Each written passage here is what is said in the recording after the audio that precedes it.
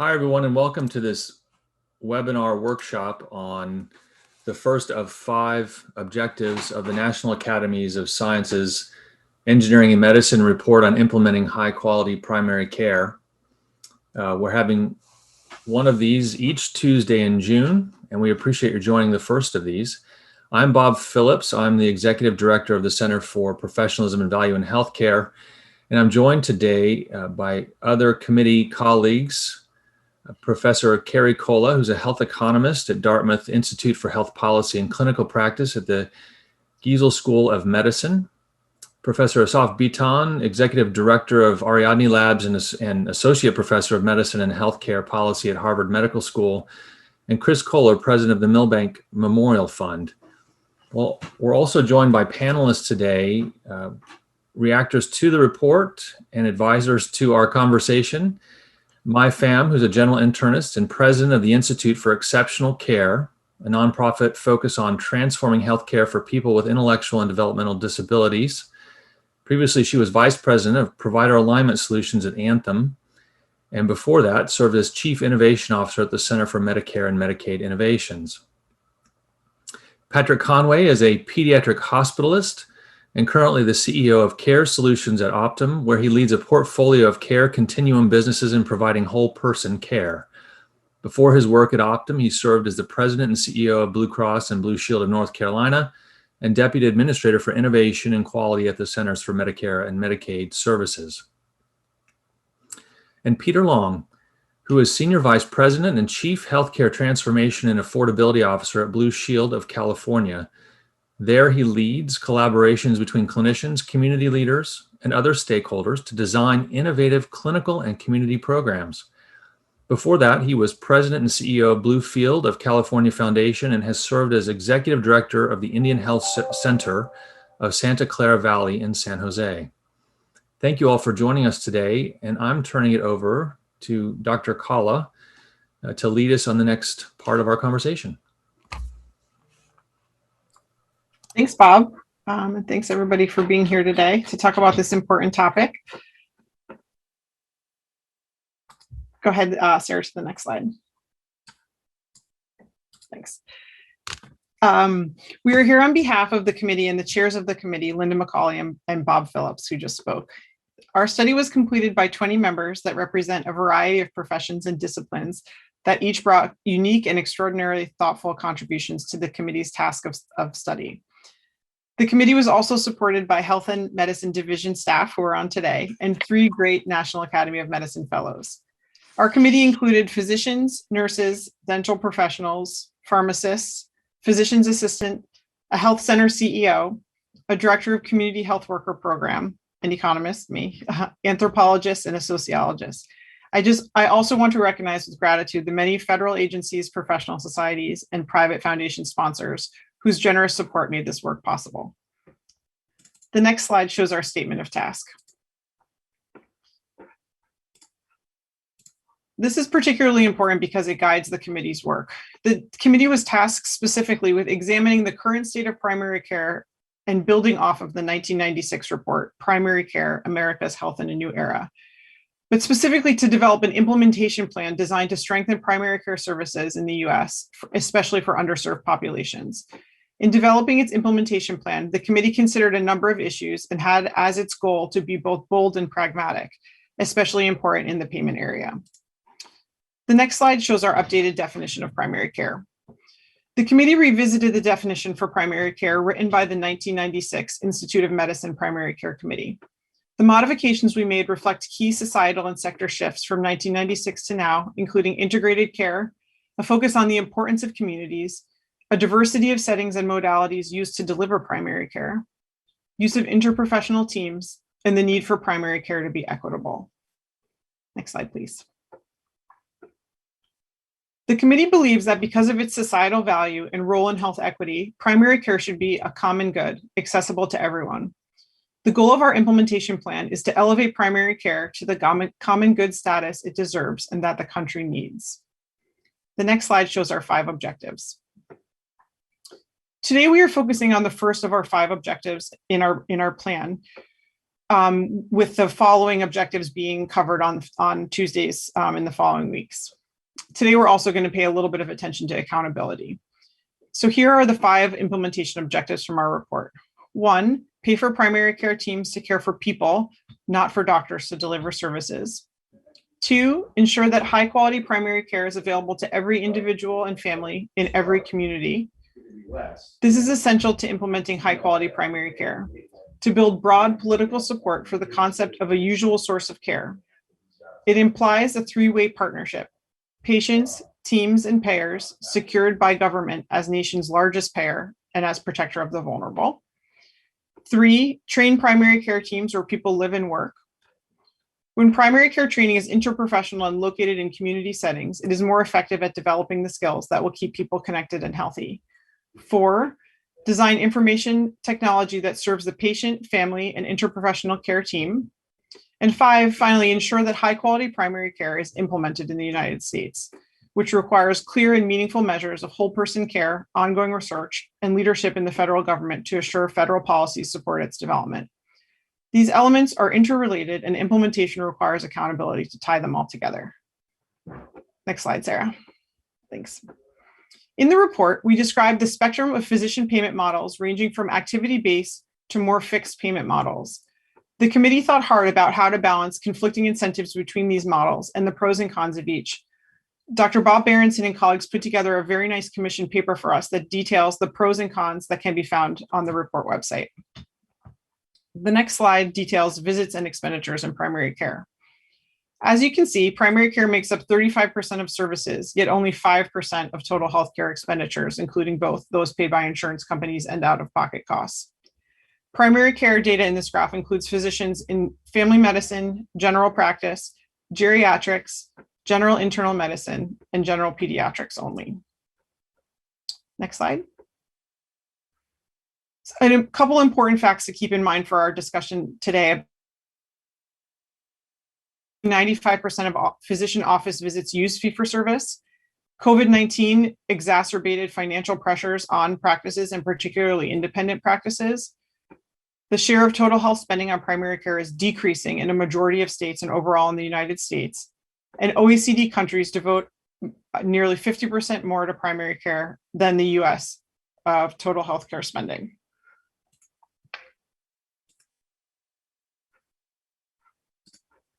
Next slide, Sarah. Thanks. The committee's vision for payment was a daunting one. A low burden payment model that would enable sustainable team and relationship-based high quality integrated primary care, allow all people to have ready access to primary care teams across modalities, and assist people in addressing social determinants of health. Primary care payment needs to be adequate to support high quality independent primary care practices and flexible enough to support an emerging array of new delivery models. The next slide shows the first of our 4 actions associated with changing payment. Thanks. Action 1.1, payers, including Medicare and Medicaid, should evaluate and disseminate payment models based on their ability to promote the delivery of high quality primary care, not short-term cost savings. Other goals of primary care payment that should prompt model dissemination include support for patient experience, improvements in health, support for different types of providers across communities and geography, equity, stability through shocks such as this pandemic, and clinician satisfaction or reductions in burnout. Action 1.2. We know that fee-for-service models discourage successful engagement of primary care practices in structure and process improvements and care integration. And as we've seen this past year, fee-for-service models are unable to withstand volume shocks. The committee recommends a multi-payer shift away from fee-for-service, which still makes up roughly 85% of primary care payment as the default payment model. We recommend use of hybrid models, part fee-for-service and part capitation for primary care, where fee-for-service is used in the case of services we want to continue to encourage as clinicians gain experience with the model. The payment model needs to be consistent across payers to motivate change and to simplify the reimbursement environment. This primary care payment model should have 4 characteristics. First, it should support interprofessional, integrated team-based care. Second, it should be risk-adjusted for medical and social complexity. Third, it should allow for investment in practice transformation and infrastructure. And fourth, it should align incentives to measure and improve outcomes. Based on a Green Center poll during the pandemic led by committee member Becca Lutz, 3/4 of primary care physicians do not believe that fee-for-service should account for the majority of primary care payment. So this is also in line with primary care clinician views. Of note, the committee also recommends that for larger providers already engaged in population-based risk-bearing contracts between the delivery accountable care organizations, payers should ensure that sufficient resources and incentives in these systems flow to primary care. We are not recommending that clinicians comfortable in these models shift to hybrid models, rather to bring those in pure fee-for-service away from that extreme. Next slide for action 1.3. Thanks. Despite recommending this move away from fee-for-service, the Medicare physician fee schedule retains an important role in our payment system as it is used by many payers and is often the basis for capitated payments. Currently, the American Medical Association's Multi-Specialty Relative Value Scale Update Committee, colloquially known as the RUC, plays an influential role in describing the resources required to provide various physician services. Based on reliance on the RUC, primary care has become consistently devalued over time in the physician fee schedule. We recommend the CMS create and invest in independent data collection, valuation tools, and expert panels to identify overpriced services while maintaining budget neutrality. The support of states is pivotal in implementing the changes recommended by the committee, using their authority to facilitate multi-payer collaboration and measuring and supporting an increasing portion of healthcare spending to primary care. The next slide is a summary of our recommendations. Thanks. In summary, the committee recommends a complete phase out of pure fee-for-service in primary care, shifting the default to hybrid payment models with patient assignment to primary care teams and adequate resources for transformation. We expect the combination of some downside risk, a revaluation of evaluation and management services, and healthcare system accountability to translate to sufficient resources to implement high-quality primary care. As you all know, there are many barriers to implementation of these recommendations, and I hope our discussion will focus on how to overcome them. Back over to you, Bob. Thanks. Carrie, thanks so much. And I want to remind the audience that to use the question and answer portion of Zoom to send your questions in for the group to answer, and we will try and pull from those as we have a moderated discussion. Right now, I want to turn it over to Chris Kohler and Asaf Bitan to talk about two other kind of key features of the report. As Carrie mentioned, we talk about primary care as being a common good, and part of that means we empaneling patients and giving them the option to declare a usual source of care. And another highlight of Objective 5 is the creation of a Secretary's Council for Primary Care to coordinate policy and projects across federal agencies for health and human services. So first, I'll turn to Chris to talk about empanelment. Thank you, Bob. So if you remember the overview that Carrie gave, our second objective was to ensure that primary care is available to every individual and family in every community. And the first action under that is significant for our payment discussion today. The action that the committee landed on, the first action, action 2.1, is payers should ask all beneficiaries to declare a usual source of care. And health centers, hospitals, and primary care practices should assume an ongoing relationship for the uninsured people that they treat. If you go back to our definition of high quality primary care, it's based on a relationship between the patient, the family, and the caregiving team. Empanelment is the way that we operationalize that relationship. It's particularly important given the payment recommendations, the topic of our discussion today, because it is how one implements a hybrid payment system. You have to attribute or know who people consider to be their usual source of care. So this notion of panelment, of payers asking beneficiaries to declare a usual source of care, is really important for three reasons. First of all, it's how you implement any form of a capitated payment system, including the hybrid one that the committee is recommending. The second is that reason that it's important is that it socializes among all folks this idea of a usual source of care, the three-way relationship that Carrie spoke to between the providers, the patients, and the payers themselves.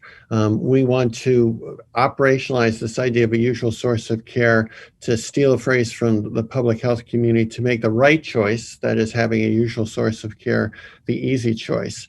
And finally, we think it's really important that this recommendation be adopted by all payers, both insurers and employers, as a way of creating a common expectation.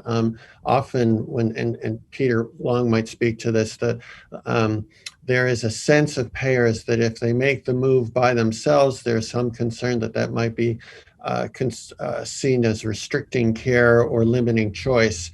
If we can do this together, then we're creating this common expectation for a usual source of care built through the relationship between the patient and the caregiving team. So this notion of empanelment becomes really important for the payment recommendation. The second recommendation or action that we wanted to call folks' attention to is this concept of accountability and how we make sure that these things are happening. And Asaf will speak to that. Thank you, Asaf. Thanks, Chris. Thanks, Carrie. Thanks, Bob. This report is, as was said earlier, really focused on the notion of implementation. And implementation, of course, requires accountability. And so much of the report's findings really do focus attention and policy recommendations on the federal government. And so to that end, we also identified a major gap in primary care policy at the federal level, both through Medicare, Medicaid, and other agencies responsible for carrying out different functions of payment and delivery oversight. And so the committee recommends that the Health and Human Services Secretary should establish a Secretary's Council on Primary Care to enable, to coordinate, and to hold accountable around a shared vision of primary care that's captured in the committee's definition. Now, the council members should include at least the CMS administrator, the directors of the Center for Medicare and Medicaid Innovation, HRSA, the Agency for Healthcare Research and Quality, and the Assistant Secretary for Planning and Evaluation at HHS, as well as the National Coordinator for Health IT at the ONC. The council should have attention and report to the secretary around the following responsibilities: around assessing federal primary care payment sufficiency and policy coordination, to monitor primary care workforce sufficiency, including training, financing, production, and preparation, and to specifically look at whether incentives are optimized for federally designated shortage areas. And the third is to coordinate and assess the adequacy of the federal government's research investment in primary care. The fourth is to address the myriad technology, data, and evidence needs, especially around interagency collaboration and interoperability. And the fifth was really to attempt as possible to align both public and private payer policies in support of high quality primary care, and we'll get to a mechanism by which that may happen. And six, to establish and track meaningful metrics for assessing the quality of primary care. So in this role and in that work, the Secretary's Council on Primary Care should be informed through regular guidance and recommendations by a Primary Care Advisory Committee created by HHS under the Federal Advisory Committee Act that would include members of national and other stakeholder organizations, including patient groups, certifying boards, professional organizations, healthcare worker organizations, payers, and employers. And in order to review said progress on the work and some of the recommendations, both put forward by the Secretary and or this committee, we recommend the creation of a national US scorecard to use already in use measures, so not to create de novo measures, to use only a few, so really focusing on parsimony, on easily understood, and on equity focused measures where data is already regularly collected and publicly available and appropriate for use at both national and state levels. Now, the idea of a Secretary Council and a national and state scorecard is not new and actually has precedence really across the world. Most OECD countries have a national coordinating mechanism around primary care payment and care delivery policy, and most utilize the scorecard. In fact, many low and middle income countries communities are now utilizing specific scorecards around parsimonious measurement for attainment of primary care goals. So we believe that there's both precedence and viability and utility to this action around ensuring accountability. Bob, Carrie, Chris? Chris and Asaf, thanks so much. One of the things that you've made crystal clear is that these 5 objectives really build on each other. And the 5th one in particular is aimed at trying to assure that the other 4 can happen. So I hope folks on the webinar today understand that while we unpack each of these objectives, the totality of the recommendations, while not required for each other, are certainly designed to help make sure that the others work well. And I've answered a couple of the questions in the question and answer session related to that. I'm going to turn to our panel, and again, we're so grateful to Peter Long and Patrick Conway and my fam for joining us today. I'm going to start off with a question for Peter. The question is, as a payer, what is your reaction to the hybrid model the committee is recommending, and what do you see as barriers or downsides to this approach? Thanks very much, Bob, and thanks for the opportunity to join you today. We couldn't be more excited about the hybrid model. We believe that that's the stepwise function to move for fee-for-service. I think oftentimes as payers, we've thought about going from fee-for-service to an accountable care organization or some, somewhere along the spectrum that you showed on the slide that Carrie showed that was much further along. I think the reality is we need to move and start where folks are, start where primary care practices are today. Many of them have different technology abilities and capabilities. They have different levels of sophistication in terms to be able to manage risk. So in fact, we're implementing a hybrid model now in primary care with, actually, I was jotting notes, all of the things that you recommended. So bridge payments coming out of COVID. So just bridge payment support for infrastructure supports around data, care management things, putting in a community health worker or community health advocate, so it's a team-based approach.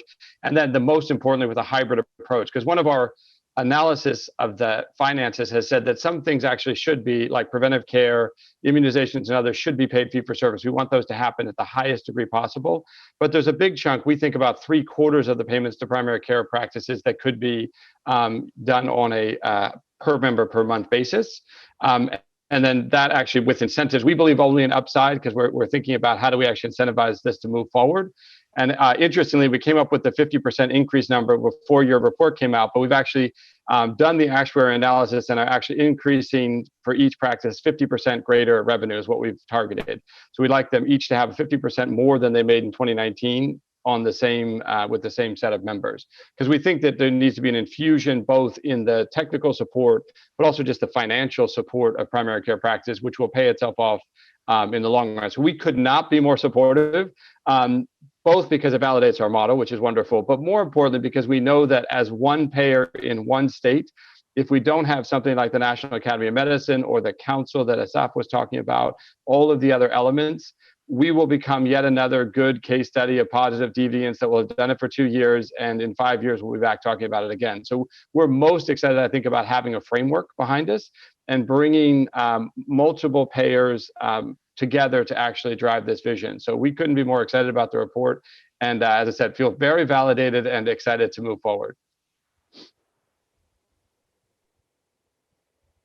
Peter, thanks. It's that serendipity is I'm glad to hear about it. I'm going to come back to the multi-payer issue in a minute, but one of the things that you said that I don't know if the audience might have caught in Carrie's presentation is that part of the funding model that we're talking about is to support technical support.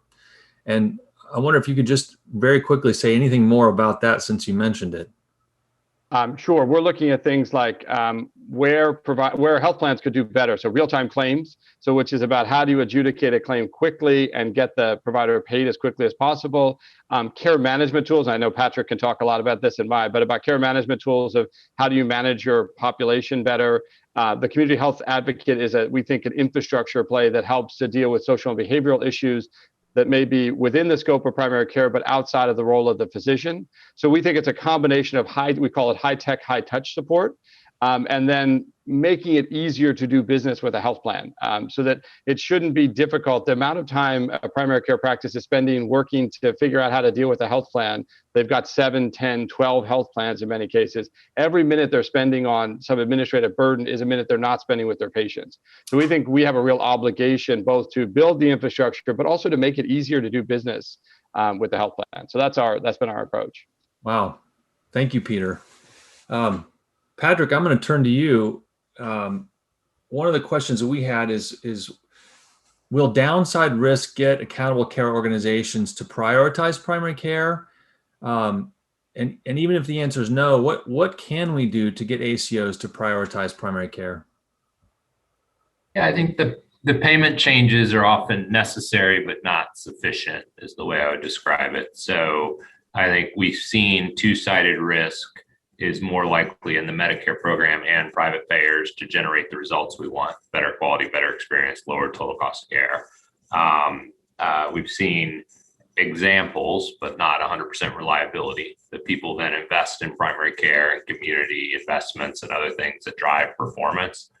The last data point I'll give, which we've shared on some of our investor calls, if you look at our 55,000 plus physicians now in Optum Health, employed physicians at full risk, meaning capitated arrangements, are by far the highest performance.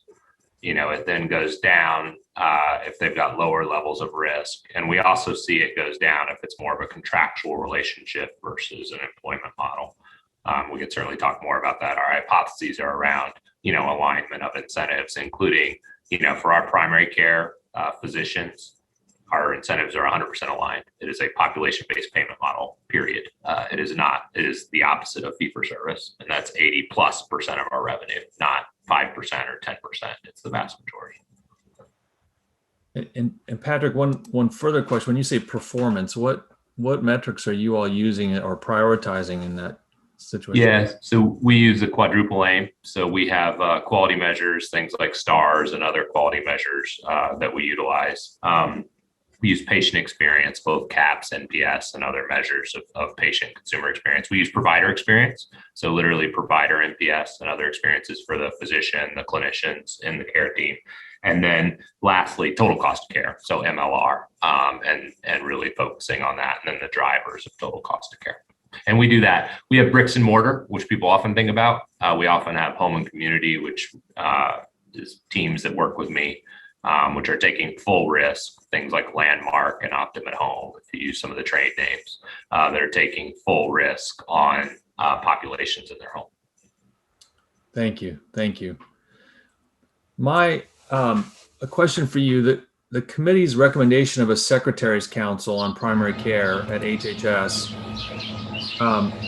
If you were the secretary, what primary care payment task would you give to the council and all the agency heads sitting there to develop and implement at a cross-agency effort? And further, how would you get Medicare Advantage involved?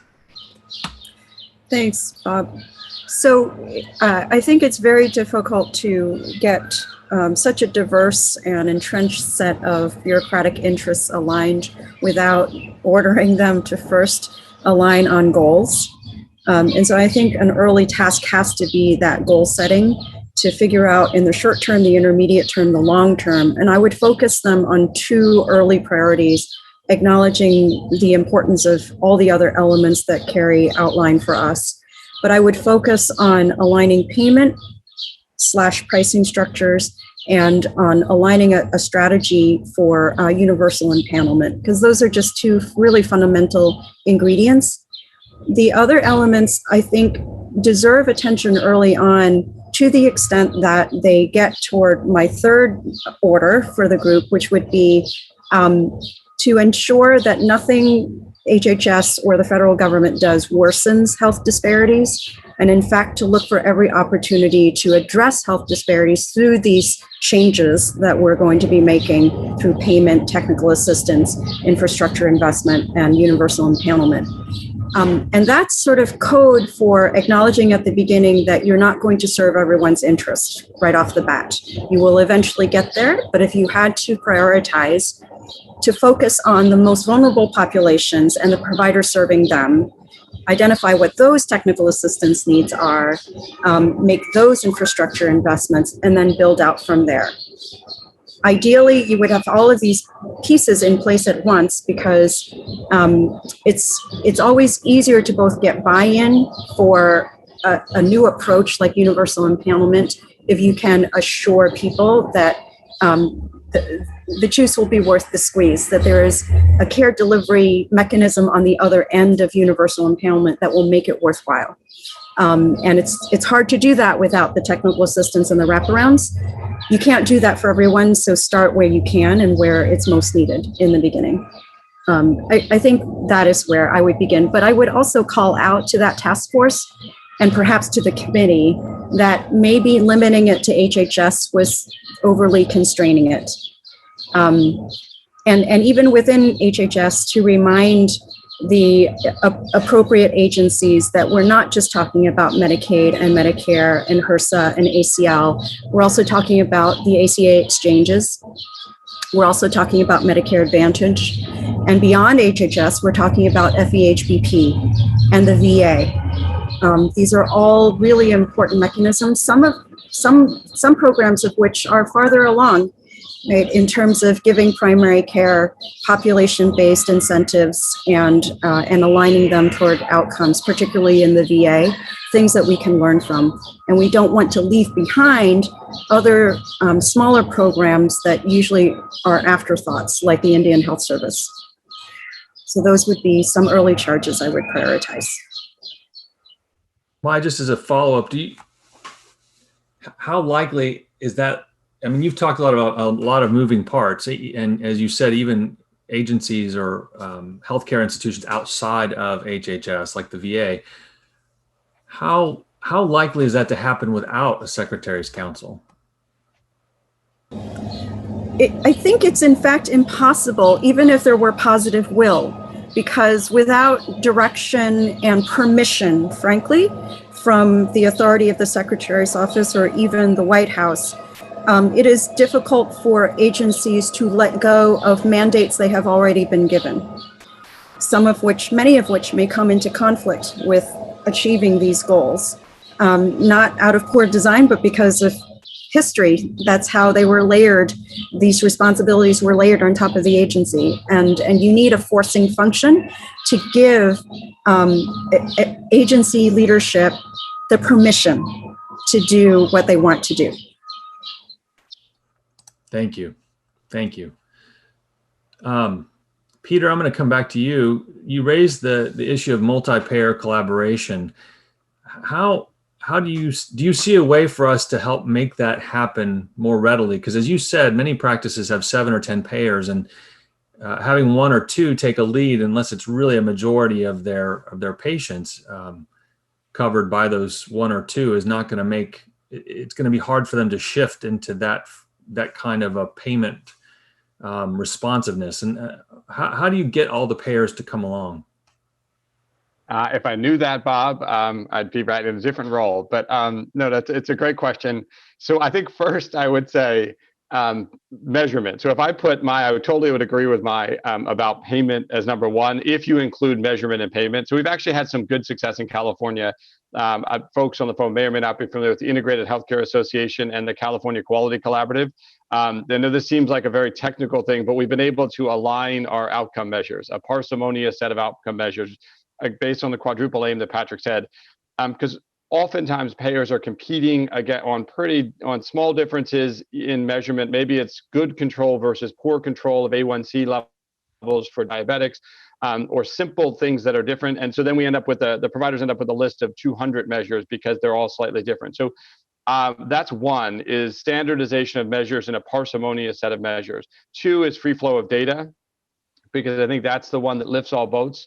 Because I think the other thing today that providers or health plans and others are competing on in some ways is access to information, access to data. And if we figured out a way to move interoperability and the providers actually had access to more data, then we'd actually be competing on patient outcomes, right? We'd be competing on how the things that Patrick was talking about. So those would be two very big.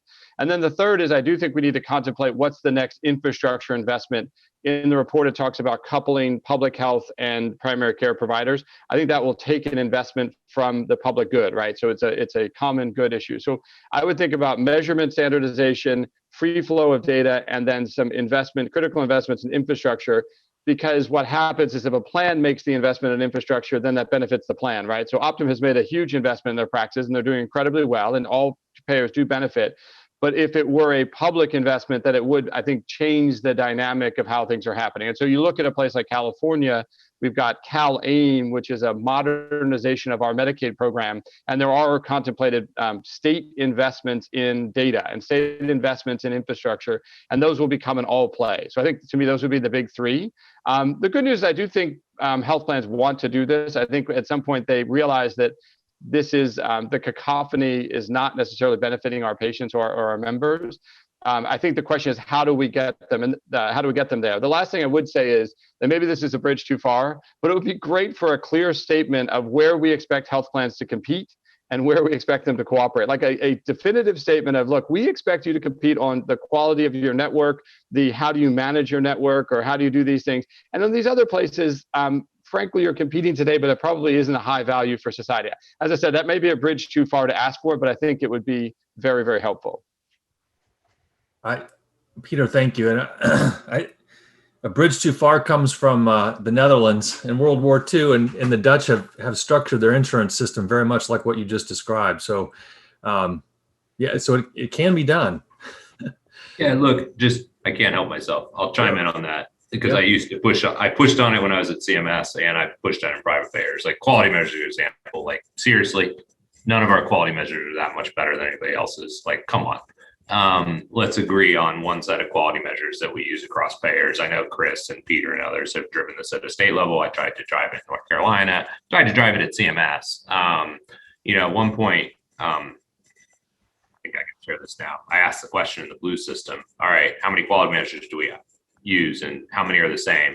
It was like 600 and something, and like one was the same. There's no way that's the right answer. Like, that's absurd. And so how do we sort of not compete on quality measures, data, et cetera? This preponderance of care too, just to chime in, hopefully it's okay, Bob. It's a real issue. So as a provider, you do need a preponderance of your payers. Peter and others have done a great job trying to get there. What I worry about a lot these days in Medicare, to be very direct, we've got a federal system, we can get there. In the commercial markets, it's highly variable, and we need employers pushing in the same direction. Like I saw some of the question in the chat, let's set some targets, 10+% to primary care. Let's make sure it happens. Let's have employers asking those questions too, et cetera. And the Medicaid market, I think we need more states with explicit goals. Like, it is well known that Medicaid, like primary care, is the key to Medicaid. So, okay, let's make that real. Let's say to MCOs and others, this is, at a state level, what we expect out of your Medicaid MCOs in terms of investments in primary care. So I think the report highlights a lot of positive actions, and then, it's on all of us and the new administration to then put those into action, if you will. Patrick, thanks for that. That was very helpful. I want to ask you a different question. Let's say we solve this payment multi-payer approach model. There's still this long-standing, not just cultural issue, but it's frankly a business issue. So if you're a big medical group, you've lived off of your proceduralist for a long time. And we see this with the new E&M codes. There's been some delay in health systems of shifting to the new E&M codes, which favor primary care, at least until they understand how it's going to affect their other books of business. So how do we, what does a primary care focused group look like, and how do we help the culture shift that way? Yeah, a few thoughts, and others can chime in. For our couple data, and I don't want to push Optum because there's lots of solutions, but I'll give you a couple data points. So one is, and I shared this with the big group we were talking to the other day.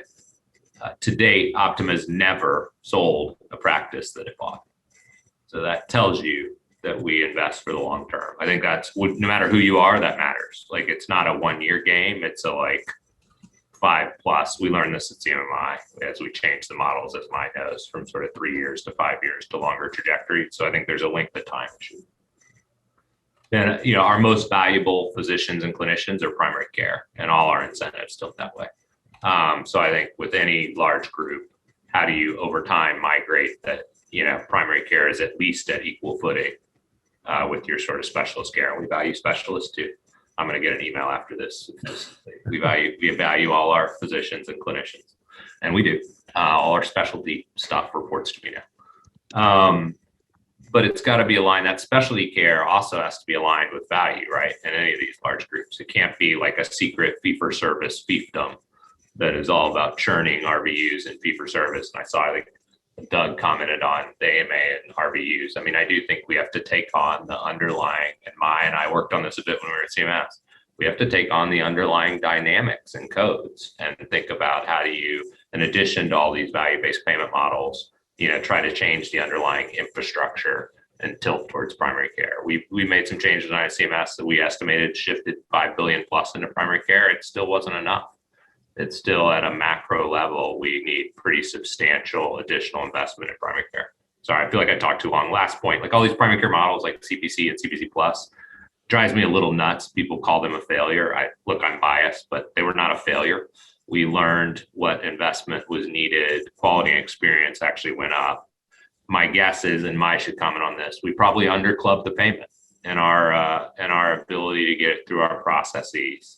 I think we sort of underclubbed the amount of money you probably had to invest in primary care and the time period necessary to drive the change we wanted. So I hope we don't take away from that. I hope people take away from that in this administration. The investment is still needed. Let's just figure out what the next generation of that investment looks like. So Bob, I have a feeling you'll ask me about the payment and the previous models, but I just want to underscore Patrick's point about how you shift the culture to, there's another role for specialists to play here, which is to be partners with primary care. And I think that there are opportunities. We already have some vehicles to do this, but we can certainly improve on those vehicles.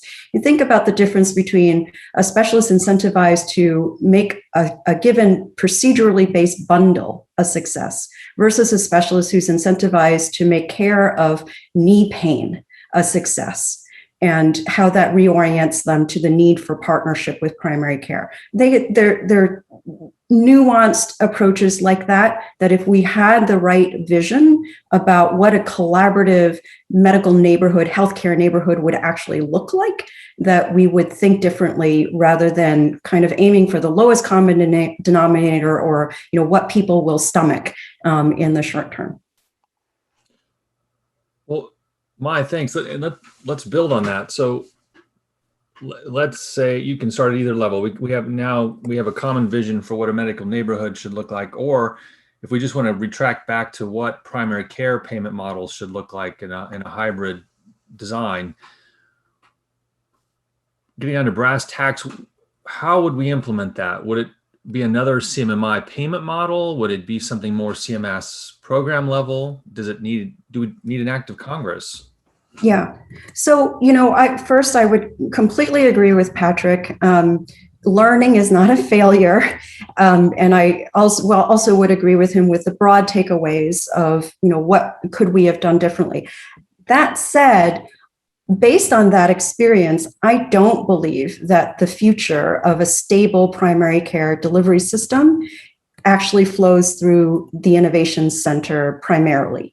And I say that just because of the harsh reality of how its current statutory authority is written, that requires models, in order to qualify for expansion and become permanent, that they have to generate essentially short-term savings. So you're not even getting to budget neutrality is hard enough. Generating savings in a service domain where you're actually the policy goal is to pour in net positive investments, and knowing that the timeline for those net positive investments to actually yield value in the overall system, think about what that requires. It requires shifting the dynamics in healthcare labor markets nationally. because you can't fix it in Vermont and expect those clinicians to not want to migrate to Oklahoma if the pay is better there, right? It requires shifting patient expectations about what kinds of scopes of care would happen in a PCP office versus in a specialty office, either by self-referral or out-referral for things we're trained to do, like working up dizziness, right? It requires vast systemic changes like that are not going to happen in a 3 to 5 year time frame. So I do think that ultimately the main engine of change, if you're talking about the payment component and even universal empanelment, is likely to be Medicare Central, what we call the big house, because that will become the forcing function for other federal programs, for state programs, and ultimately for private payers. That does imply that there will need to be action from Congress on several fronts. First of all, statutorily, the agency cannot implement a hybrid payment for physicians without new authority. And frankly, Congress also needs to fund CMS itself operationally in order to do the work. This is a stretched agency that is already trying to manage $900 billion worth of spend a year. You're asking it to engage in a whole new endeavor, and it requires operational support to do that. So a couple of reasons why Congress needs to get involved. That said, there are things that CMS can get started on now with the appropriate political support, I would say, and private sector engagement. So, for example, it is totally within CMS's power to stand up another advisory committee or council that is not burdened with the same set of self-interests that the RUC is, while still maintaining the RUC in its historically intended role. So I would point out to those things. I would also say that, again, all of those things being said, I do think there could be a role for CMMI to play here. I think CMMI can help with necessary development of different technical assistance models, perhaps, or test different quality metrics that get us to that, low burden, low friction kind of world. Is it possible to design an extremely ambitious CMMI model where you try to game the outcome a little bit or optimize the outcome by narrowly allowing participation of only the utmost qualified practices, right, to work under the skimpiest, generous net positive investment you can come up with and see if they can thread that needle? There could be a role there for CMMI, but I would not put all of our eggs into that basket by any means. So it's not a comfortable place to be. It's never easy to get Congress to both act positively and also, frankly, to inhibit its own temptations, to second guess the agency's decisions on policy or analytics. Those are both challenges with Congress we have experienced over time, but that is likely the highest yield path in the long term, in my opinion. Hey, Bob. Yes, Chris.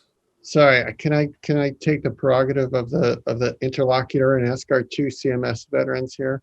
But either Mai or Patrick, if CMS and fee-for-service is the big house, what about Medicare Advantage? 35 or 40% penetration, largely operating independent, bunch of health plans under contract with the feds.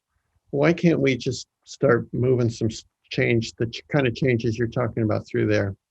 Well, I mean, Patrick will have a lot to say about this. I will say you absolutely can. And in fact, MA plans have started to do that already. They can afford to offer primary care more generous reimbursement, and in a growing percentage of them, it's still a minority, but a growing percentage of plans like UHG will offer them population-based payments. That said, there are resources and there are mechanisms like coding for growing revenue within MA that don't exist in the rest of Medicare or in Medicaid or in the private payer system, except for negotiated higher prices, which tend to balloon across the universe of network providers, not just within primary care. So I think there is certainly value to having MA share its lessons learned and for MA to support primary care directly with more generous reimbursements. I would also say, though, that on the flip side, we have to ask ourselves, if we're going to ask Congress to act, should we also put on the table asking Congress to put parts A and C and D on the table as it considers Medicare payment policy toward primary care, rather than just Part B? We talk a lot about the importance of at least aiming for budget neutrality within Part B. That's partly driven by how the statute for the trust funds are written right now. And that's an open question for Congress to consider is, why are we treating two parts of one half of Medicare beneficiaries one way and the other half another way? And what is the right middle ground here? Yeah, I mean, I always listen to when we work together, so I won't disagree with anything she said. Or I try to always listen. Mike can correct me. I do think I think that shift is occurring. Could you do it faster? Probably. We have millions of capitated lives, so full population-based payment. Medicare Advantage to date has been the easiest to move because at least you have a national framework. Medicaid and commercial, to be direct about it, is challenging. I mean, Chris, I know you know this, I'm in discussions right now with some really big employers, and it's not as fast or easy as one would think in the commercial market. I see Peter agree. And then in Medicaid, I mean, it almost floors me. Like, why, you've got levers like if I ever ran a state Medicaid program, which probably won't happen, how do you force function this investment in MCOs? I mean, the easiest way to make money in Medicaid, unfortunately, is to, pay really bad fee-for-service rates and how to do math. That's not what we want as a system. We want a system that invests in better care for people in Medicaid and duals. I've got a bunch of program in duals right now I'm super excited about. Like, there's so much better care we can deliver. So then from a policy perspective, it's how you scale that. I agree with I think you want some fundamental CMS changes. Statutory changes would be helpful, but we've learned are challenging. I guess we're slightly different. I'm a little more optimistic on CMI levers. Maybe I'm wrong. I agree with it's not the only part of the solution, but I think like some of the primary care first, the global and population-based payment, I think is directionally correct. I even think the geographic model was interesting and directionally correct for what it's worth. I know they basically announced they're going to kill it, but I think there was a fundamental principle underneath that, or they're probably going to kill it. There is a fundamental principle underneath that geographic model, which was how do you care for large populations in a population-based way that I hope we don't lose. I think that's the right principle. Then we can debate, how you implement that. Thank you both. Peter, I've got a couple questions for you. One is related to something Patrick said. How do we convince self-insured employers that this is something they should do? I think Patrick hit it with the long-term relationship. So I think you have to, so if we're talking about a 2-year, 3-year contract, big investments or increased investments in primary care that might take 3 to 5 years to pay off. I do think you're starting to see it with larger employers around because of the competition for talent. They are looking at different mechanisms of how to attract and keep that talent, and one of them being a richer, better health benefit package. We just haven't brought to them that primary care, that this version that the committee has set out for primary care is central to that. So I do think some of it is just reframing the conversation and capturing the wave of the competitive marketplace out there. But to me, so much of it is the length of the relationship and the length of the commitment. If it's a 5-year contract with some large employer, then it does actually make sense. And there's a concentration of, say it's in the Bay Area or say it's in Chicago or wherever it is, building that medical neighborhood and making it work and putting those investments in there actually really do make a difference. So I think it is about the length of the relationship and then the shared goals. And I think that, and employers, and Chris can attest to this, I know there's multiple conversations, employers' views are changing. I think there's been I think there's both employers and health plans are still looking in the rearview mirror of what it has been. And I think both of us will have to say we have a newly articulated vision and we actually agree on the future vision much more than we have anticipated. So part of it is a mindset shift. And I do think the more progressive health plans and progressive employers are thinking differently, but we're probably still looking in the rearview mirror to try to think about what primary care was. That, and then the length of term of the relationship. And then finally, I would say getting really clear on metrics. And the one we haven't talked about is patient-reported outcome measures here. So I do think the least developed leg of the stool is the patient perspective on, am I getting what I need? Am I my life? Am I well-being? And I think that could be the key that unlocks this, because those are employees, those are patients, those are members. If we elevate their ability to say, is this working? Not just NPS, which I think is a good start, Net Promoter Score, but having a more robust patient-reported outcome measures, I think will allow all of the actors, will signal to the actors, just like we need signaling that we were talking about from CMS, we need signaling from the populations who are being served to say, yeah, this is actually working for me or not. And I would argue, I don't think we're getting strong enough signals with our current process measures. So I do think that would be one way. Length of relationship, mindset shift and acknowledging that, and then a more pronounced or more clear role of what's delighting their employees, our members, and the providers, patients. Thank you, Peter. I think Peter might be describing a new payer typology. Payer is primary care clinician, long-term trusted relationships, coordinating in the medical neighborhood, focus on patients and patient outcomes. Maybe that's an and we should be. So it's somewhat crazy to think that we think we have a different role. Payers should be a lot like, I just think we should be doing much more alignment, and payers should be acting on filling the gaps, whether it's virtual care or population health management that is supportive. It is like, when you say it like that, you kind of are, oh my goodness, face palm that we should be, there's no reason we shouldn't be aligned. So I think that's a nice call out of, if we're not aligned, that's a good barometer if we haven't gotten as far as we need to go. Nicely said. The next question is for you too, Peter, but I suspect Patrick may have an answer to it as well. As a payer, how do you make sure that your primary care targeted payments actually reach primary care, especially when you're talking about big health systems? That is a great question. I was actually going to bring some of my notes to bring up. So where we started, and so I talked about this a little bit with patients or with the least funded. We started with independent primary care practices without IPAs or without. So we are making direct payments to the provider, to those practices.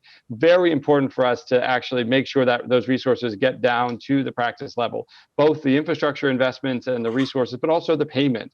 And now what we're doing, and I think this is part of the question and part of the report, you don't want accountable care organizations to go backwards and say, hey, you're already in because Patrick has said, the evidence is very strong that upside downside risk for those more sophisticated organizations. So the next step on our journey, so the 105 practices, like 105, 110 practices, 400 physicians we've signed up in our kind of next phase are all direct contract with Blue Shield. So we know that those resources are going directly to the practices. It's not going to an intermediary and things. And yet we know in California in particular, but across the country, there are intermediaries, and then there are integrated systems. And so what we're working on now is, what does it look like? We need to have multiple flavors. We don't need 31 flavors, but we need 3 or 4 or 5 flavors within a health plan for systems that are at different levels of sophistication and different levels, different structural levels. So we're working, it's not an easy task. We're trying to keep the same principles of simplicity. It has to be focused on the patient. It has to be a long-term relationship, that we want the money to go to the practices. So we are setting some very strong ground rules and principles of how we get there. But I would say it's a lot harder to move through intermediaries, and particularly intermediaries who are used to delegated risk and things. How do you actually make sure that those resources get in? So I'd say it's an active conversation to make sure that we have something. And we're working, as I think, at the top end of the accountable care organizations, and then the direct physician contracting are the probably easier ends. And I think the one where we really have to reach an agreement of what's the role of a health plan versus a delegated authority versus into the practice. So that's still a work in progress. Thanks. Thank you. Patrick, any thoughts wearing your payer hat? How do we make sure that the resources reach primary care? Yeah, no, I mean, I'll pivot to North Carolina on this one, if it's okay. I feel like I've talked.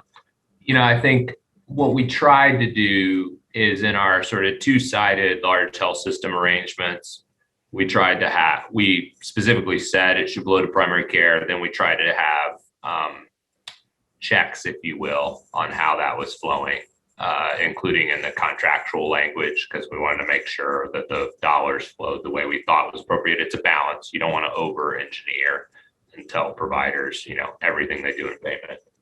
The other thing we did is we explicitly said this isn't going to solve primary care broadly in North Carolina. So we updated our core fee schedule to put more money into primary care.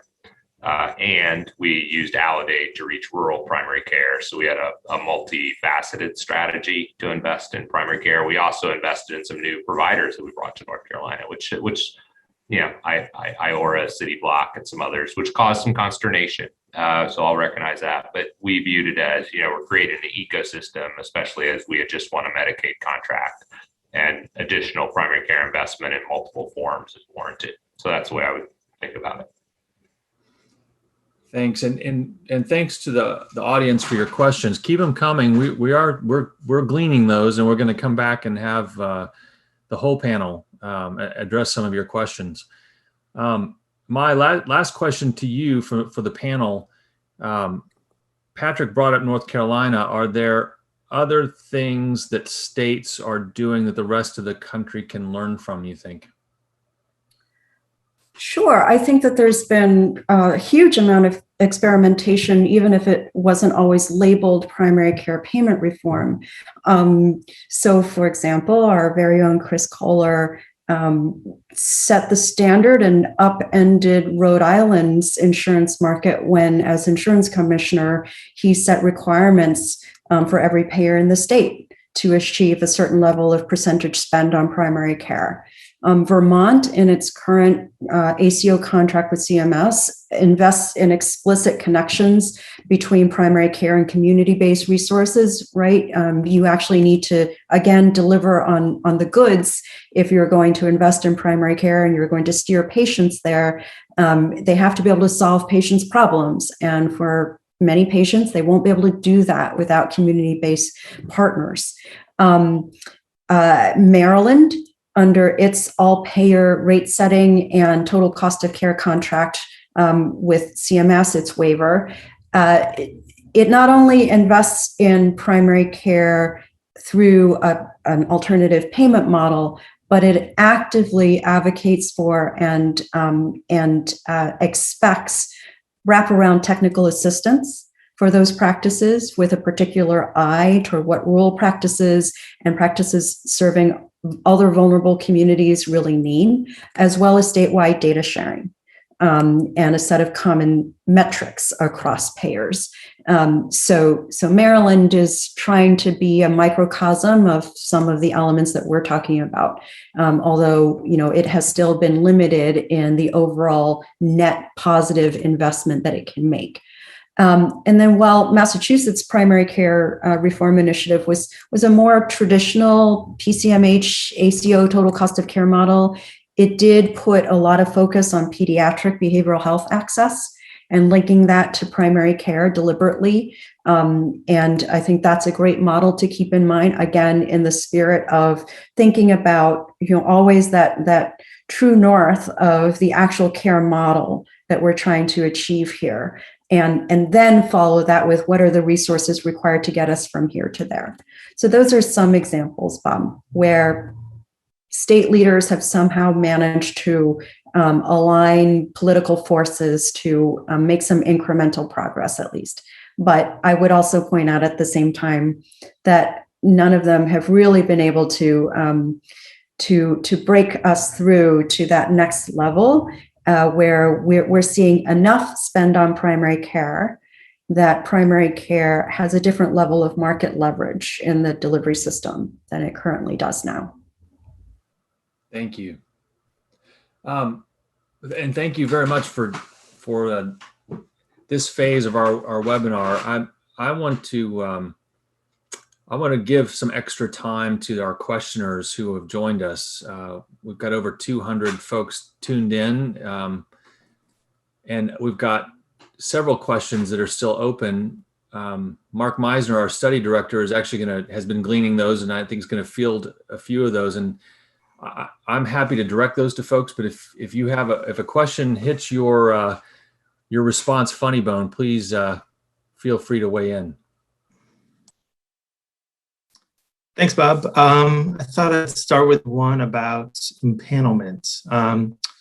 Question is, who gets to decide who is eligible to be a usual source of care? Will this ultimately be state controlled? And also, how would universal empanelment work in areas with shortages of primary care clinicians?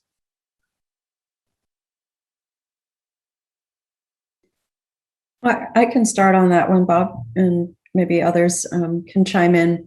I think in the ideal, it's always the patient who declares who their usual source of care is. And I think what we're after here are policies that encourage them to do that, that incentivize them to do that, and that make that easy for them to do. So think about nudge architecture and giving them the default of, here's who it looks like you saw last year. Is this still the person you consider your usual source of care? Anything to lower the barriers to them making that affirmative decision would be the ideal. That said, some number of people, and including healthy people who may not have had an encounter in the most recent stretch of time, may need to have those options pushed at them a little bit more forcefully, either through some kind of smart algorithm that helps them to narrow down the list of potential likely matches that they would be happy with or willing to explore, or ultimately, looking to see where there is capacity in the delivery system and steering them to those providers, assuming that they are of sufficient quality. I think that we want to get to a point where culturally this becomes the norm. And so, I think step one is engaging patients. Yeah, I'll be super brief. We wrote a paper about this one time. I'd have to pull out the article, but it was like CMS should have, you have policy defaults. It was a short version, and Medicare Advantage to identifying a PCP. It was, you should put those same, and sometimes in Medicaid. It was basically like, this builds on what my said. You should have defaults in Medicaid, commercial, ACA, and Medicare Advantage that default people into empanelment, obviously based on relationships if they already have them. And I don't think we've pulled this lever as well. Like a really simple one is ACA. It doesn't happen in ACA. It should be like, this is standard practice. You pick up an ACA member, it's like part of the enrollment process is empanelment to a primary care physician. Should also happen, in my opinion, across all of Medicaid. It doesn't happen reliably today across all of Medicaid. I would also say, Bob, that to the second part of the question about what happens if you're in a low-resourced area, fortunately, we live when we live now instead of 30 years ago when we didn't have digital options. I will give also a call out to the desirability of states maintaining their reciprocal licensure laws that they liberalized during COVID, which just makes a ton of sense and helps to democratize access on a number of fronts in terms of care delivery, but especially in domains where access was already a hurt for so many people: primary care, behavioral health, et cetera. Sorry, I got to say a sentence on that because I usually don't tell the story, but I've tried to be a virtual primary care user for like 6 years. It is way harder than it used to be. I interview my future primary care doc and I'm like, look, I never want to see you. Let me be clear. I don't have time. I can't come see you. I don't want to. I got 0 diseases. I'm happy to do the screening. But like, I never want to see you. And luckily I'm able to find somebody everywhere I've been, but it's a pain. Like, it's actually hard. Like, everybody's like, yeah, pay $5,000. I'll give you that. I don't want to pay $5,000. I want that to be the norm for me and everybody else. It's like ridiculous. Like, virtual should be the same as in person. And I think there are a lot of people like me. I don't think I'm an anomaly. And we haven't built our primary care system because of the payment systems and other things that are, see somebody to get paid based. I think we need to totally flip the model. Patrick, our report actually speaks to that the idea that telehealth can enable relationships rather than disrupt them. Yeah, absolutely. Yeah. I may be an anomaly that I never want to see you, but to be clear, I literally said that to my new primary care doc. I was like, to be clear, I don't care if we ever meet face to face. In fact, it'll be a win if I never meet you face to face. I'm good with that. Now, I may be an anomaly there, but that was literally the conversation we had. And we now, well, anyway, I won't go there. We now, it was in Atrius. I'll leave it at that. So it's part of a practice that we now have a relationship with. So Chris Kohler's pointing out to the panel that managed care organization arrangements, they do PCP empanelment fairly well. and I'm not going to claim to be an expert, and you may know better, but my understanding of the Maryland model is that it has made empanelment a two-way requirement. I mean, the organizations that a patient touches have accountability for that patient. And so there's an incentive for them to establish a relationship. It's not just the patient's responsibility to do it. That's right. And I think, so it's all chicken and egg, right? If you had the right kind of net positive investment in pricing for primary care that made having that additional patient attractive to the practice, that practice is going to work really hard to not just get new patients, but make them sticky and give them a delightful experience and solve their problems. We need to draw a real distinction as starkly as possible between regular payment and the payment that we want to move to and what the expectations are for that, so that PCPs themselves have motivation to evolve down that road, that path, even as, policymakers are working on all of the other components. Thanks. That's my own health system has two pathways to get an appointment, and one of them would not allow me to see my PCP. It just kept shifting me to other people who had earlier availability. The other pathway, thankfully, let me do it. So making it easy is got to be a very first step. Mark, what's our next question? Bob, just a quick. Sorry, Asaf. Yeah. People, empanelment is so critical, and people get hung up and sort of say, well, at scale, it's just not possible. Another example where the US is a total anomaly, most half decent or more than half decent health system, primary care systems around the world utilize empanelment. There are lots of different ways to do it. But it's not just we have to look afar or to high performing primary care systems in the US. I mean, in CPC and CPC Plus, the foundational sort of milestone was to empanel in a bidirectional way, to understand who you actually care for in a non-visit based way, to ask their permission and acquiescence to that, and interest in that. And then really, I think people sometimes overcomplicate or think that empanelment is just too hard to do, but there really is no way, beyond being totally possible to do, there is really no way to do population-based health without it. Empanelment denominates who you care for. It literally is your denominator. So when people say, well, I just can't do empanelment from the payer side or the practice side, well, then what's the whole point of what you said that you were going to do for population health? How can you do this without a denominator? You have to start with the denominator. There are different routes to get to the denominator. And some patients like Patrick, a lot of patients that are coming to me lately are saying, yeah, I mean, maybe not in as extreme ways. You're saying, I hope I never see you. But they're saying, I'd really like to see you physically in a box of a room with a mask on as little as possible. I'd love to interact with you and the team that you work with in a myriad of other ways to get our joint health needs accomplished. That I can live with, absolutely. Yeah, just one, I may be an extreme one. I never want to see you. And I'll see him someday. And then this is a critical issue. Like, it has to get done. Like, there are things that are critical foundational issues. I agree with everything that Asaf said. Like, we have to push to get it done. Otherwise, it doesn't work. It is your denominator.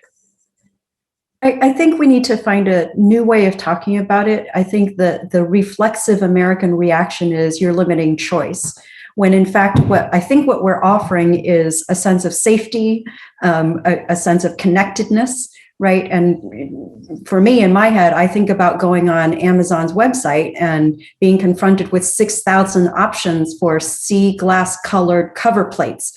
I don't want so many choices. If I'm a Medicare beneficiary, about 85% of my peers or so have been with the same PCP for at least 5 to 10 years. So there's a solidity there that we can build on, and we can just remind people we're just formalizing what you already do or try to do. Right. Not limiting choice. We're enabling relationship. Yep. Mark, what's our next question? Sure.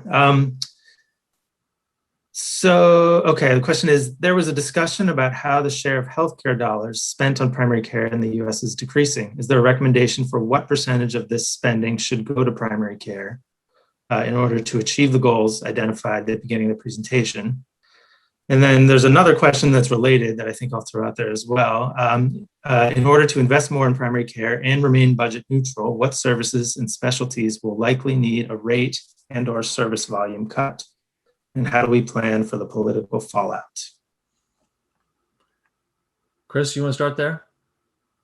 Yeah, sure. I'll do the second one first. I don't think you have to talk about rate cuts. You have to talk about lower rates of increase. So the way we did it in Rhode Island was not that any specialist took a cut, but it meant that they had to live with 2% instead of 4%. Because what you're dealing in the case of commercial with 7%, 6% of the total medical spend. So with the remaining 94 can live with 2% increases as opposed to 4%. Mathematically, you're generating enough for the increased investment in primary care.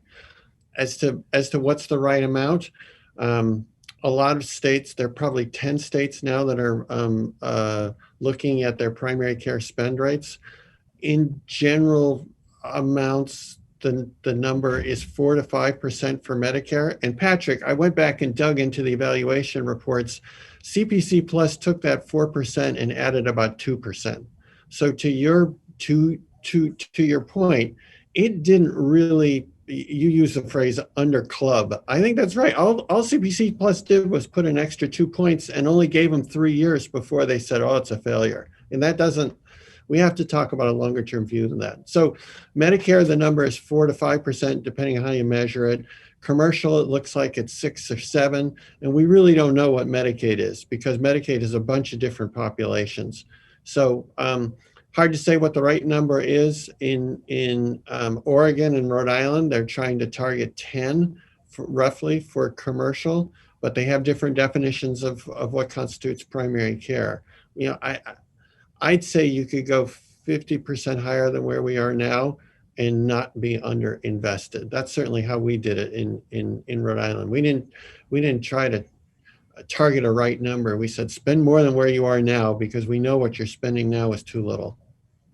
Just a sentence or two more. I know you want to do more. Like in North Carolina, Rahul and I wrote about this. We explicitly went to the hospitals and health systems and said, your fee for service rate increase will be 2% or less, and you will move to two-sided risk. You could do that as a large blue. And we took all the dollars that saved, which was substantial, and invested it in primary care and behavioral health and social determinants. So I think whether you're blue, I won't put Peter on the spot, whether you're any blue in the country or other payer, but I think Blue Shield California is doing pretty similar things from what I know. You know, I think there's a big opportunity to shift dollars around away from sort of higher cost hospital care and to primary care. And Patrick, what was your share in North Carolina? Blue Cross is big, so you didn't have a free 65%. So yeah. We didn't like to talk about that a lot, but it was about 65%. Right. But it would shift the market. Right. And Peter, Blue Shield's not that big, and you need other partners. What's that? 15%. So we can move it around, but we can't do it. We can do it in a balanced way and thinking through. We have a much easier time doing it with an accountable care organization, shifting within that. We'd like you to use resources. But I agree with Patrick. At some point, and Chris, it's a holding down the increase in spending. So it is not a cut. I mean, healthcare is going up, 2 to 3 times still of the general inflation. So I actually think there is a way to do it, and I do think I've not heard a huge amount of pushback on that. So yeah, I think that's the least of our worries. In terms of where those, that cushioning could come from, there are some obvious candidates in terms of the sectors of spend that have had the highest rate increases in recent years. I think they would be prime candidates. So I, for example, would not recommend painting all specialists with one brush. I would look for those subcategories where the spend and utilization trends just look extremely unhealthy and outlier. I would look at certain types of facility payments, right? Perhaps certain categories of drug spending. There are likely candidates out there, and none of them would be surprised to know that they are candidates. Yeah, I agree. And MedPAC and others have identified some of them. And each year Congress does look at overpriced services and reduces some of them. It's just a very small set because of the amount of work involved. So it needs to be expanded. If I can just build on that and the conversation to sort of say another sort of almost pragmatically radical conclusion of the report that really needs to be said is really to move both the language and the metrics of evaluating primary care transformation models away from an explicit cost savings mandate for all the reasons that everyone has said, because as you're trying to water a parched critical part of your ecosystem, you don't sort of demand that it all of a sudden produce other benefits in obscenely short timelines. And I just think that, this really needs to be said and really needs to be intercalated, especially at some of the, let's say, regional or state commercial payer and, not the vanguard of payers that you're hearing from today, but really there is an overly simplistic model that says, well, if I give them a few extra PMPM dollars on a chassis of a fee for service, why aren't I getting my return in a year or in 18 months? That thinking needs to be really ablated. If you want to go have some short-term cost savings, go to the MedPAC reports that Carrie's talking about. Take a look at all of the overvalued services that Mai's talking about. It's not that primary care doesn't generate long-term cost efficiencies and savings, but it's a very strange idiosyncrasy of the US that we really look to primary care investment and transformation after these decades of neglect and sort of turn the fulcrum and say, you need to produce cost savings, while we're investing in you through downstream utilization decreases or else. Really a faulty way of thinking about primary care. And I would just underscore two nuances in that, Asaf. One is that most fundamentally right now where we are, this is a labor market problem. That is the crux of the crisis here, is before you can get to the ideal care delivery model, you actually need the people who are willing to do that. And they need the resources to do what it is you want them. And the people right now are voting with their feet. Right? Only something like 40% of med students, for example, go into primary care residencies, and a fraction of those, like a third or a quarter, end up actually practicing primary care. A 3-year pilot loan repayment programs are not going to change their minds. Until you solve that problem, there is no chassis on which you can build universal empanelment or anything else. The only signals that they will believe are clear, foundational, long-term signals. And I think they need to see that first from government. And then the second nuance, and the reason they need to hear it first from government, is because everyone else needs to hear it from government. This is a collective action problem, right? A single payer either cannot or will not do it because except for if you are a large blues, and even there, if you start to push the envelope hard enough, you're going to run into the limits of your labor market problem, because North Carolina PCPs might well decide to go to South Carolina or to Georgia instead at the borders. Right? You need collective action by all payers to make this work, and in the long term. Fantastic. Mark, well, I'm sensitive to the fact that we have about 6 or 7 minutes. We probably have time to get through one more question, but this has been really rich. Mark, what's our next high priority question? And Sure. Thanks the audience for the 45 questions you've lobbed at us. Yeah, so the next one is about, and we've received a couple about social needs and unmet social needs. So this question reads, are unmet social needs inherently the responsibility of payers? Should we be thinking about addressing these through a different mechanism or structure? So can I just make a pitch for the other National Academy of Medicine workshop that some of us are involved in that you all might want to tune into? It's a 3-day workshop. The third day is happening later this week. And that's all about financing and payment to support whole person health, which gets at the heart of this issue of how do you finance from what pockets of money and how do you flow the payments through to the right people, the right service providers to address social needs and other inputs to whole person health.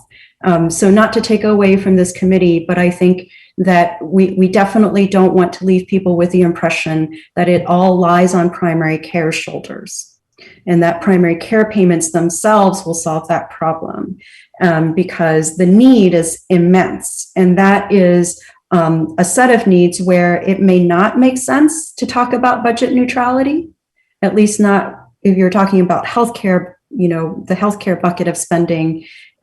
Politically, we may not get to the point where we think we can redirect all the resources that we need from within healthcare to some other place. It may need to be a combination of that and some new fiscal spending to really meet those needs. But for sure, once a sector has graduated to accounting for 20% of the economy, it bears at least some responsibility for addressing social drivers and other factors of health beyond its four walls.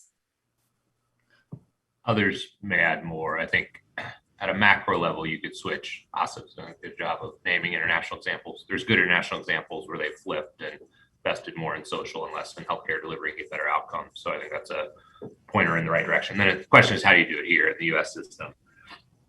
I'd say it's payers, providers, and states, communities, and the federal government, which makes it complicated. But we have to. We all know this. There's great evidence on the impact on outcomes. Give you a couple of tangible examples in our system. We're doing 2 million nurse visits a year into people's homes. We're now reliably screening for social needs and connecting people to care, and then measuring closing the loop of that care. And our primary care programs, we're increasingly trying to reliably screen, connect to care, measure closing the loop. So my hypothesis is we're going to have to work on it across the system from a payer and provider and policy perspective.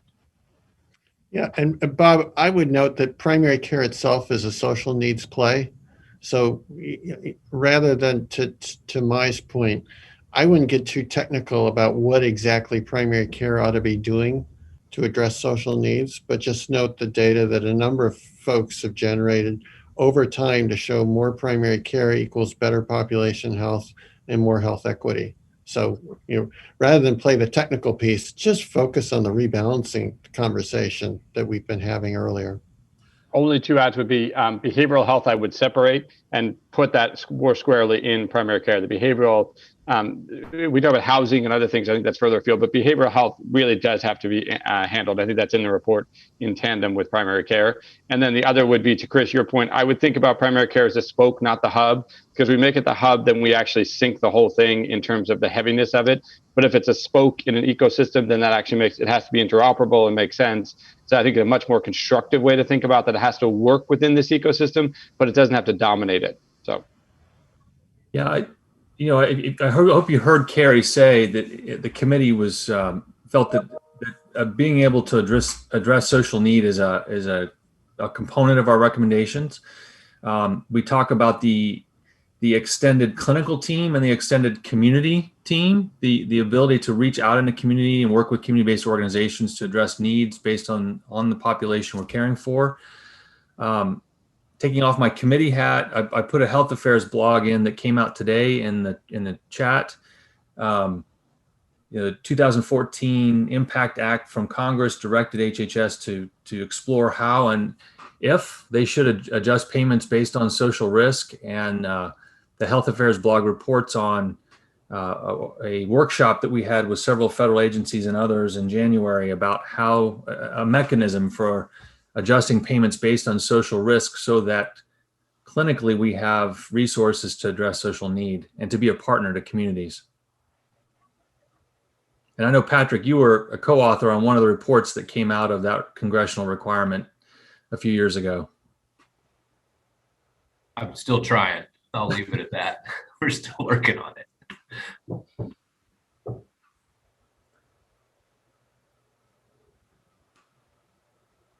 Well, I'm sensitive. We only have a few minutes left. Mark, do we have time for one more, or is it? We could ask one more. Okay. So this one's about standardizing quality measures. And just very quickly, since we don't have a lot of time, but any thoughts on how states can standardize quality measures when national organizations are not necessarily aligned? Yeah, I'll tell a quick story. I mean, Rhode Island's, the People's Republic of Rhode Island's got commercial health insurance regulation. So the health insurance commissioner calls in the payers and said, okay, what are the quality measures we're going to set on? And you look at all the data. Maybe you hire your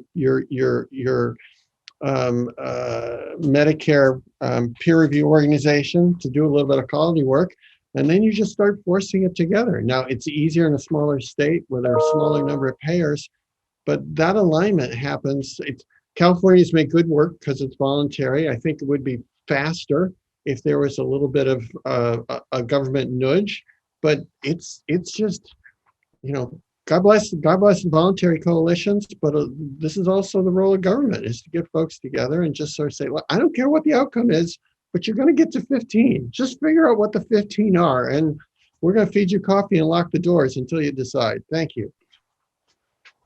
So I would support that as an interim step. I hope for the sake of national commercial payers and for Medicaid and for CMS that we don't end up with 50 different sets of unified metrics and that we can get to one. But I can understand the appeal of it as an interim step. Fair enough.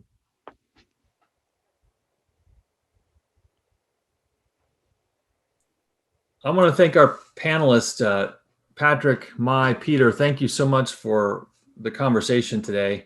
My colleagues, Chris, Asaf, and Carrie, who were part of the committee. I see that some of our other committee members, Jen DeVoe, Tamani Coker, and Lucy Lycum joined us. Thanks to Mark Meisner, our study director, and Sarah Robinson, who supported us throughout. And I saw Tracy Lustig is on, and Cheryl, the director of the board, who oversees this effort. And thank you all for joining us. We had over 210 participants at one point.